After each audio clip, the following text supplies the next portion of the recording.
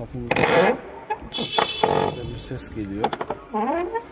Nereden geldiğini anlamak için şu şekilde tutuyorsunuz gergiyi.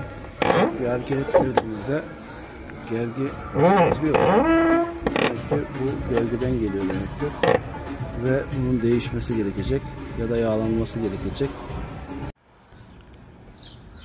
Şu şekilde bir sıvı gres sprey aldık arkadaşlar. Şuraya sıkıyoruz.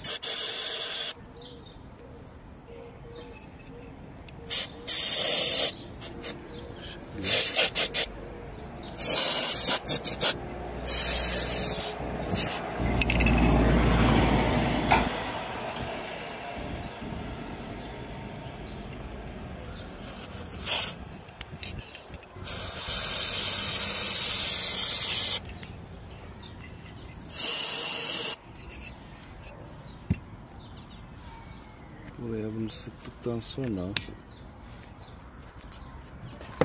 şu şekilde hareket ettiriyoruz. Bir süre sonra tekrar bakacağız. Eğer gıcırtı giderse sorun çözülmüştür. Eğer gitmezse söküp buradaki gergiyi değiştireceğiz.